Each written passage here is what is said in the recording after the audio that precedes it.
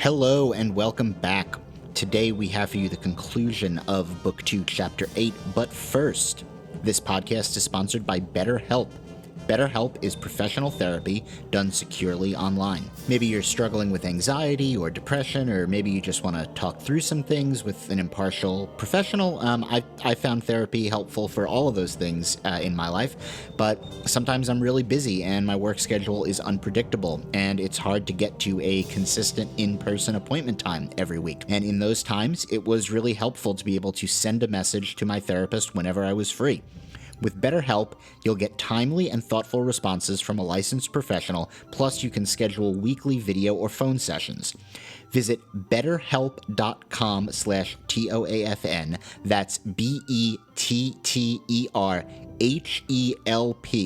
and join the over 2 million people who have taken charge of their mental health with the help of an experienced professional. And here's a special offer for Once and Future Nerd listeners. You can get 10% off your first month at betterhelp.com/TOAFN. That's betterhelp.com/TOAFN. Also, as always, I want to shout out our patrons on Patreon who make this show possible. Particular thanks this month go out to John F., Jordan T., and Alec S. I want to also quickly acknowledge that as of you are hearing this, our show has been releasing episodes for 9 years, which is freaking wild. We're so grateful to have had all of you along for some or all of this journey. And lastly, one programming note before the episode. As this is the final episode of the chapter, we'll be doing an Ask the Once and Future Nerd live stream sometime next month, i.e. October. Date and time TBA, but you can get those questions in starting now. Just use hashtag AskTOAFN on any of our socials so you can be sure we'll see them. And then stay tuned to all of our socials for the details of the stream. Okay. Enjoy the conclusion of Book 2, Chapter 8. There's some rough stuff on this episode, so definitely check the content warnings if you're concerned, and I will talk to you next month.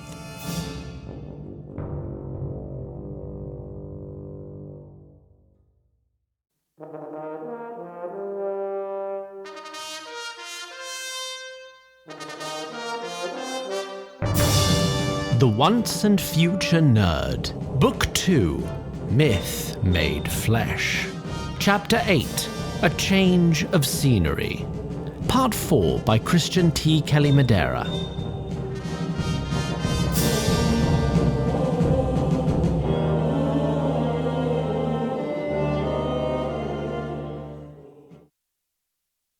Now for the remainder of this book of our tale. The experiences of the party of 7, plus young Connor, are bound to be quite action-packed, as they say. So before I set us upon that ramp of causal gravity, I must tie up a few other loose threads. These events, all profoundly important to what will follow, will nevertheless interrupt my, flow, if left for later. Impeccable pacing, you see, is a skill one acquires when free to exist outside time and space. First, we journey to the southwesternmost tip of the so-called Sugarcane Archipelago, where a small rowboat has just made port. After you, darling. Well, I suppose this is where we live now. I suppose it is. Quite hot for late autumn, wouldn't you say? My, what unusual trees. Beautiful, though. Listen, don't take this the wrong way. I can't imagine you have supper plans. And since you're the only familiar faces on this entire landmass, what say we four find a public house and get better acquainted? I think that would be lovely. Excuse me. I'm so sorry to intrude. Are you four new here by any chance? We are? Oh, why do you ask? Well, I work for the church and... how rude of me. My name's Ethel. How do you do? Well met, Ethel. I'm Ben. Ben? Mildred. Anna. Gail. Well, color me charmed. And might I ask, I don't know the customs where you all are from, but around here you two are dressed as preachers. Are you of Gallatin's cloth by any chance? Me and Ben was preachers on the mainland. Oh, wonderful. Well, that will give us something to talk about for sure. Not that we wouldn't have found other topics on our own. Anyway, as I was saying, I work for the church too. We make it a point to try and welcome all the newcomers here. So consider yourselves made welcome. Oh, how very kind of you. And if you're interested, we serve a meal every day at our rectory. It's later than breakfast and earlier than lunch, so we call it Lunch Fest. Just a cute little thing we all do around here. It's pay what you can. Wouldn't want to presume anything either way about your circumstances. And there's lots of friendly, decent folk to meet. If you need help finding somewhere to stay, just talk to Gregory and he'll get you set right up. Cascade of grateful smiles passed between the four weary travelers. Galadin does provide. Indeed he does. So you'll stop by then? I believe we shall. Oh, I'm so glad. Now, I have to stay here a while longer in case anyone else arrives. But if you stay on this road a ways, it'll take you straight to our rectory. It's just a few paces past the auction house. You can't miss it. Now indeed, the very night before these four travellers were bid this warm welcome, there was another journey to the Sugarcane Isles being planned. And this one was, well, I'll let you see for yourself. We set our scene now in Seahold, where two men, both very recently down on their luck, were meeting. Little did they know, they were each soon to be the next in the other's latest streak of misfortunes. I'm told you can offer a discreet and safe passage to the Sugarcane Isles. The one, Ardell Redmore, had recently been exposed and deposed by a much craftier opponent. And you'll recall, he was rapidly running low on the means by which the Highborn typically evaded justice. Yeah, for a reasonable price, of course. The other, Captain Otto Olafsson, had been robbed of everything but the shirt off his back and set adrift at sea by Red Wren the Ruthless and her crew. Would you accept that ass? Pardon? That donkey right over there. Hardy farm stock, to be sure. For the journey you're after, that's an insultingly low price. And yet here you are, still on the docks after dark, after all the more reputable captains have already found employment. So, this is what you've come to, Otto. Reputation in the shitter. Plying your father's trade for flea-bitten livestock. What would he say if he saw you? Will you get that ass back below deck? You're not paying enough to be up here. You're barely paying enough for steerage. My briny fellow, do you see those watch lights on the shore? Yeah. Might I ask what part of my desire for discretion was unclear? Wherever they are, they can't reach us out here. You do understand that, don't you? We need to be farther out. Now. Any farther out, we're bound to be boarded by pirates. I'm certainly not doing that again. And then, with self-certainty that could only be mustered by a man accustomed to having all of his worst impulses enabled by those around him, Ardell grabbed the helm. Let go of that, you goofy bastard! Father, I said! A few minutes later... Pirates!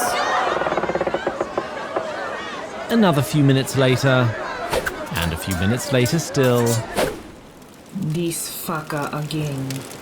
You don't learn too quick, do you? Search the ship, Mom. He's poorer than a dirt farmer stable boy, don't you know? Because you robbed me blind not 2 weeks ago. You know. You're a rich bastard. What? No, I have nothing to my name, just this ass.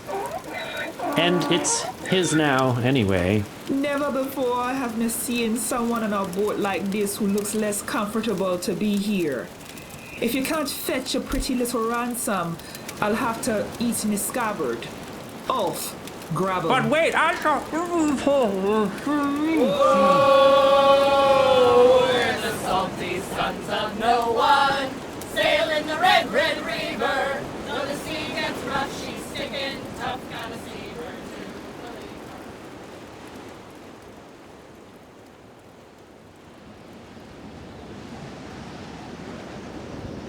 And as we continue our tying of loose threads, I must return you once more to a remote cabin on the eastern slope of the Black Mountains. and to two of the most loathsome creatures we have met to date. Hello? Is anyone home? Anyone? Going once? Well, finders keepers, I suppose. Now, let's see here. Must be a pantry or a larder or a... You're looking pretty rough there, fella. Who said that? Just the owner of the homestead you've availed yourself of. Well, show yourself then, but be warned. I have terrible and powerful magics at my disposal. Yeah, the fact that you're still walking and talking inclines me to believe you. But, I'm not unskilled in the arcane arts myself.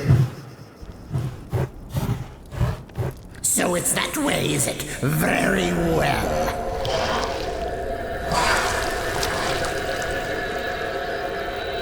Easy there, fella, easy. I see no need for us to quarrel, at least not yet. I was just giving us some light. If you're not my foe, then show yourself. Well, look over in the corner there. You see that painting? Yes. Well, there I am. Is that meant to be a joke? Oh, no joke, fella. You see, I ran into some trouble with some folks and they, well, suffice it to say, the vessel my mother gave me wasn't a much good no more. From the looks of it, you know what that's like. So, I found the next best vessel at hand. A vessel? Are we speaking, then, of transcending the natural limitations of mortal flesh? Indeed we are. And am I to understand that you have extended your life into something which was never living to begin with? Well, not never. It's a matter of degrees, ain't it? This canvas was plants once. But, fair enough. Its lifetime is much more distant than the bodies you and I was born with. A fascinating and useful talent. Suppose you were to teach it to me. Perhaps I have something you would consider fair in return. Well, I seen what you did with all them creepy crawlers in the wall. Were you merely calling them to your aid, or was they following your will in a more specific way? Each creature that emerged was at my beck and call. You're sure now? Can be hard to tell with those little who's-its. And we wouldn't want to get, any future collaborations started with an empty boast. Nothing at all empty about this. Renaud uncurled what was left of an arm out towards the painting with which he conversed, and as he did, a particularly plump and furry spider ran up his shoulder and into his outstretched palm, at which point it reared up on its four hind legs and began to wiggle its front four back and forth. This is how the girls at the college dance.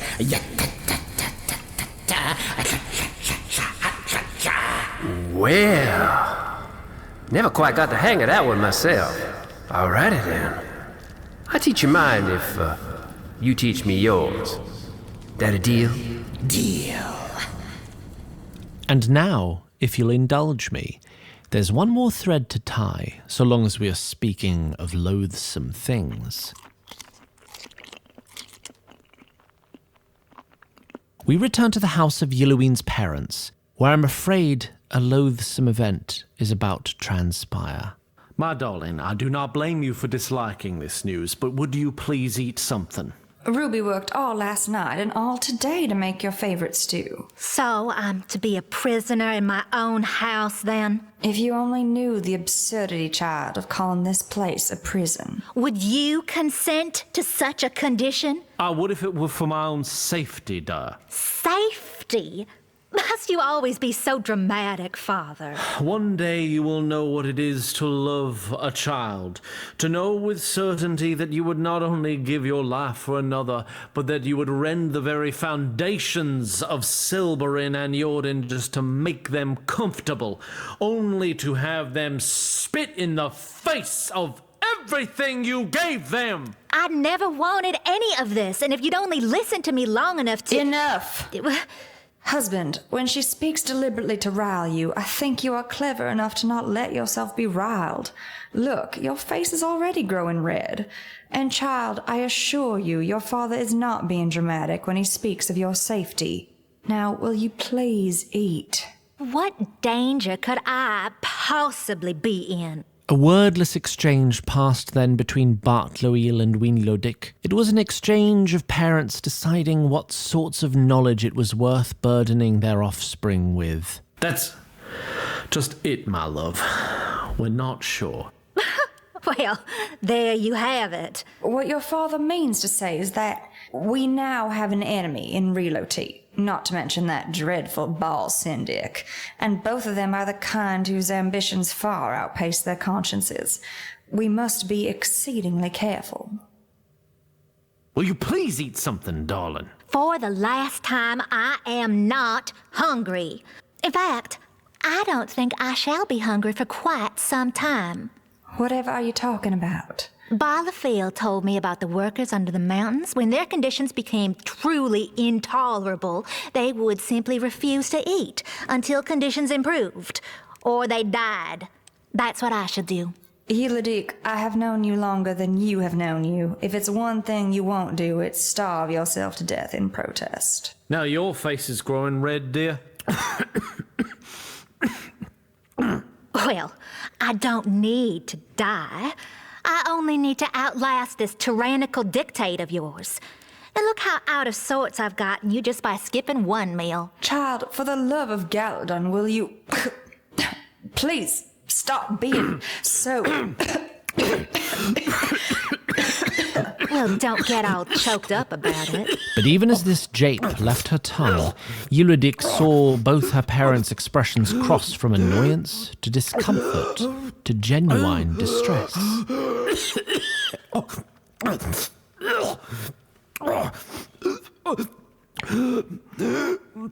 Mother? Father? Ruby! Ruby, quick, call the... But when lo-Dyk opened the kitchen door, the sight therein stopped the words in her throat. Ruby! The serving girl Ruby lay pallid and still on the floor, blood pooling around her open wrists, and a paring knife in one limp hand. Kaladin, have mercy. lo-Dyk clutched a countertop and clenched her eyes to stop from fainting herself. When she opened her eyes, the world was spinning and a grey haze was tickling at the corners of her vision. And it was in this state, somehow both detached and deeply focused at the same time, that she noticed the piece of parchment on the counter. Woe is me, terrible woe is me. I have foolishly mistaken deadly widow's cup for harmless peasant saucer in my mistress's favorite mushroom stew. Widow's cup. Mother, father, we need to get you to... But when she returned to the dining room, both of her parents were already face down on the table, unmoving, with the skin around their necks an angry shade of purple. Father!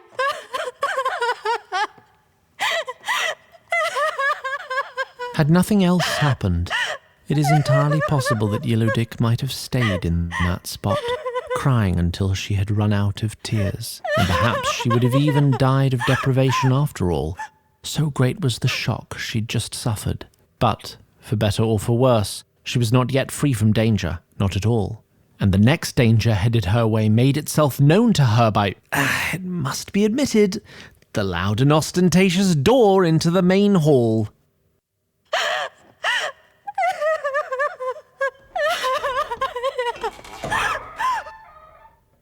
He said make sure it was done right.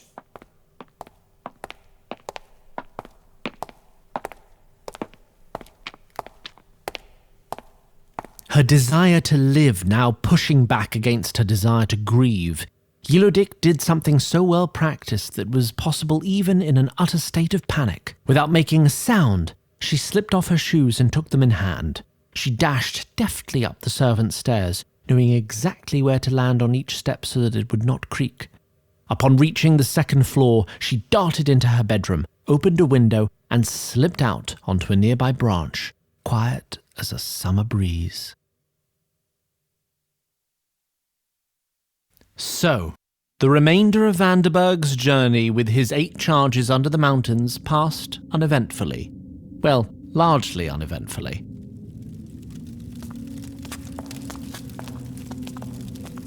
Bro, I don't know how I didn't think of this before, but Jesus.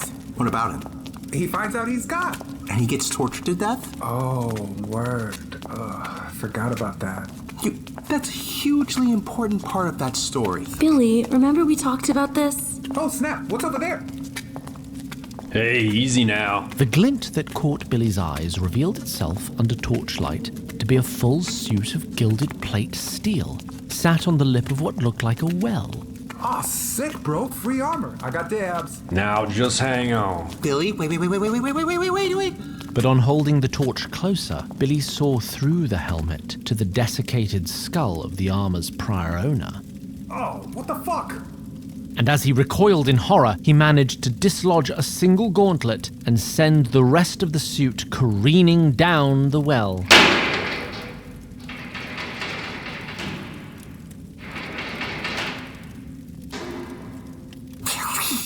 What did I say?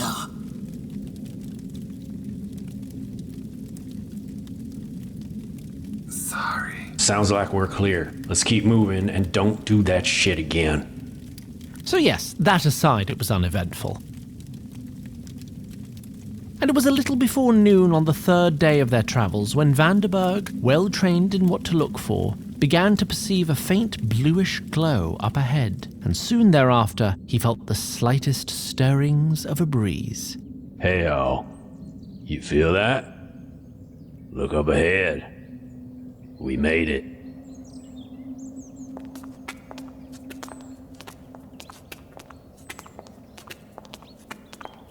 And as they walked, blinking out of the tunnel and onto a plateau, the sensory experience was overwhelming. It might have been just the contrast with the damp and dark under the mountains, but the air smelled crisp, like a handful of untrod snow. The sun burned brighter amidst the deepest blue expanse, and the landscape was a vivid tableau of land and life. Oceans of green grass, specked with towers of vibrant red clay stretching to the skies. Ladies, gentlemen, welcome to the West.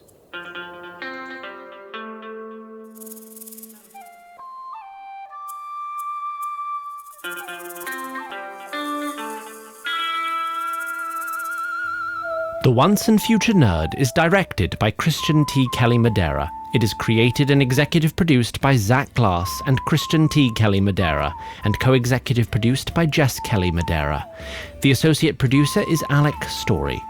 It is performed by Rhiannon Angel, Garrett Arman, Dan Dobransky, Anya Gibeon, Ian Harkins, Shannon Harris, Aaron Lanham, Paul Notice, Anna O'Daniel, April Ortiz, Frank Querez, Julie Reed, Regina Renee Russell, Gregory M. Schultz. Editing by Tristan Stone. Foley, sound design and post-production mixing by Edward Bush.